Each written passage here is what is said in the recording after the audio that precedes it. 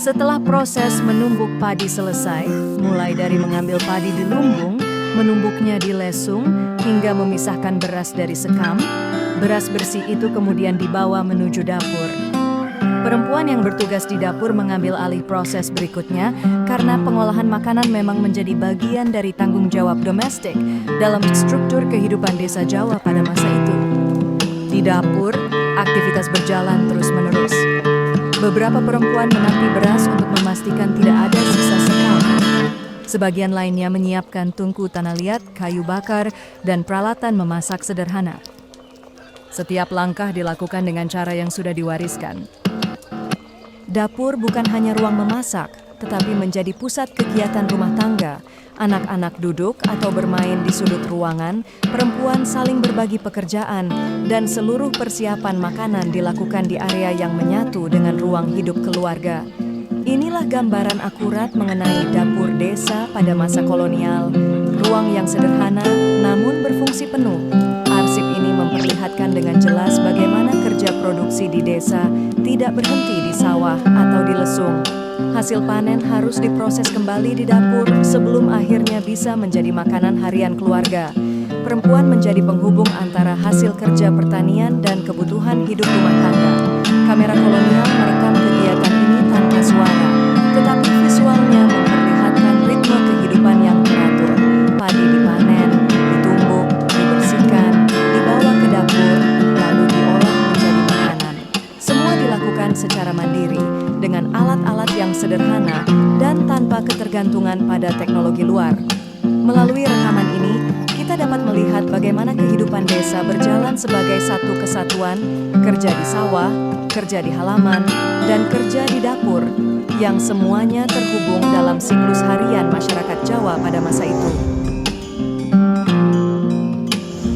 Para lelaki bekerja di sawah untuk mengolah tanah sebelum proses tanam dimulai. Mereka turun langsung ke petak-petak sawah yang tergenang air, menggunakan cangkul untuk membalik tanah dan memecahkan gumpalan lumpur agar lahan siap ditanami padi. Selain kerja manual, beberapa petak sawah dikerjakan dengan bantuan kerbau.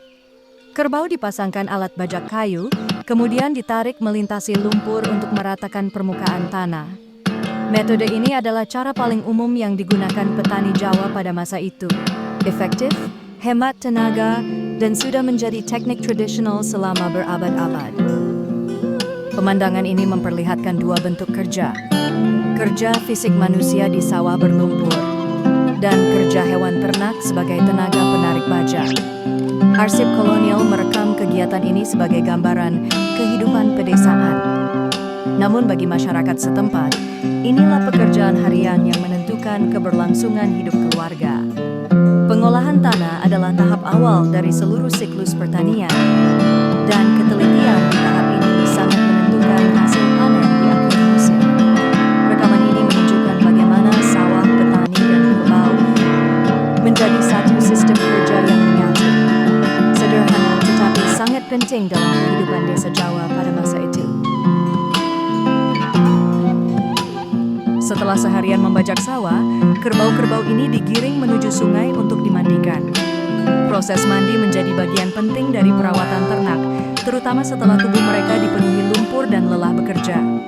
Air membantu membersihkan kotoran yang menempel, sekaligus menurunkan suhu tubuh kerbau agar kembali segar. Mereka naik dan turun ke dalam air dengan cepat, kebiasaan yang sudah terbentuk dari rutinitas harian di desa. Di tepi saluran, para petani dan anak-anak mengawasi proses ini. Tidak ada kandang khusus atau tempat pemandian, cukup sungai, saluran irigasi, atau kolam alami di sekitar sawah. Arsip ini memperlihatkan bagaimana ternak, air, dan lahan pertanian saling terhubung dalam satu sistem kerja yang sederhana namun efektif. Kerbau bukan sekadar hewan pekerja, tetapi bagian penting dari siklus pertanian masyarakat Jawa pada masa itu. Di banyak desa Jawa, kuda dipelihara sebagai alat transportasi dan hewan kerja. Fungsinya jelas, menarik gerobak, mengangkut hasil panen, atau membawa barang di jalan-jalan kecil yang tidak bisa dilalui kerbau atau sapi. Kandangnya dibuat sederhana, cukup untuk berteduh, diikat dengan tali, dan diberi tempat makan di dalamnya. Tidak ada fasilitas khusus seperti di peternakan modern, karena hewan ini memang dipakai langsung untuk kegiatan harian. Arsip ini memperlihatkan bagaimana kuda menjadi bagian dari kehidupan desa.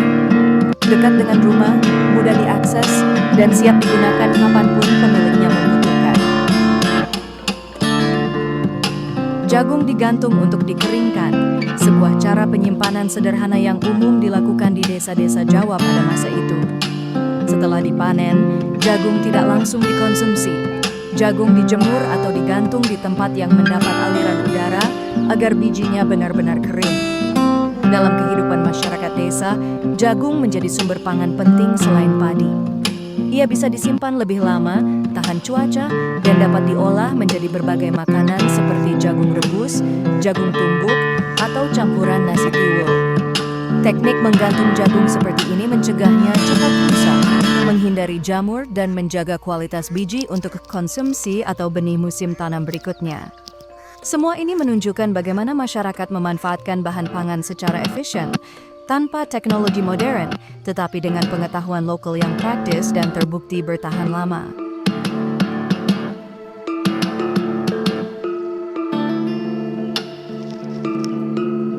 Pemanjatan pohon kelapa adalah pekerjaan rutin di banyak desa di Jawa. Dalam rekaman ini, terlihat seorang lelaki naik ke pohon kelapa dengan teknik tradisional, menggunakan kekuatan tangan dan kaki tanpa alat bantu modern. Kelapa dipetik ketika sudah cukup tua karena buah matang memiliki nilai guna lebih besar. Untuk santan, minyak kelapa, bahan masakan, atau dijual sebagai komoditas harian. Memanjat pohon setinggi ini membutuhkan keterampilan yang diasah sejak kecil, karena salah pijak sedikit saja bisa membahayakan.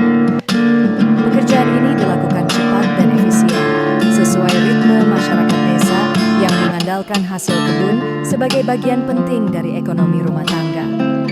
Arsip ini menunjukkan salah satu pekerjaan dasar dalam kehidupan agraris, memanen kelapa langsung dari pohonnya sebagai bagian dari kebutuhan pangan dan penjualan harian.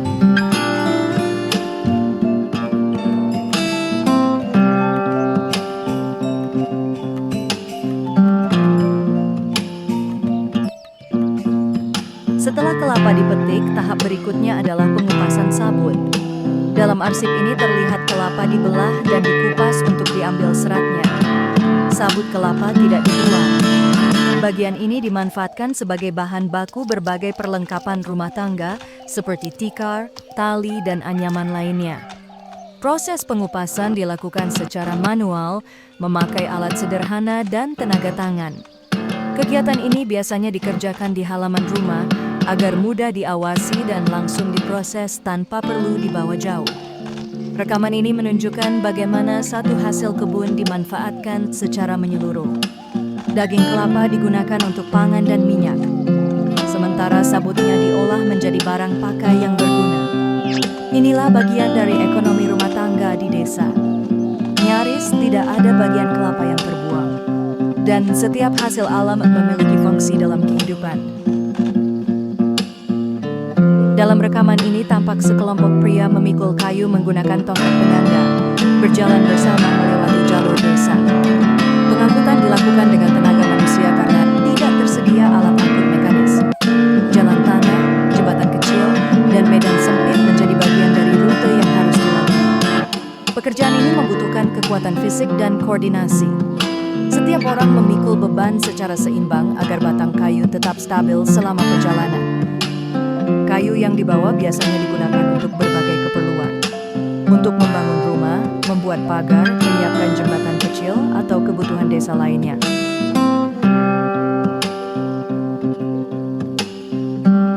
Terlihat seorang bupati sedang bersiap melakukan perjalanan keliling wilayah.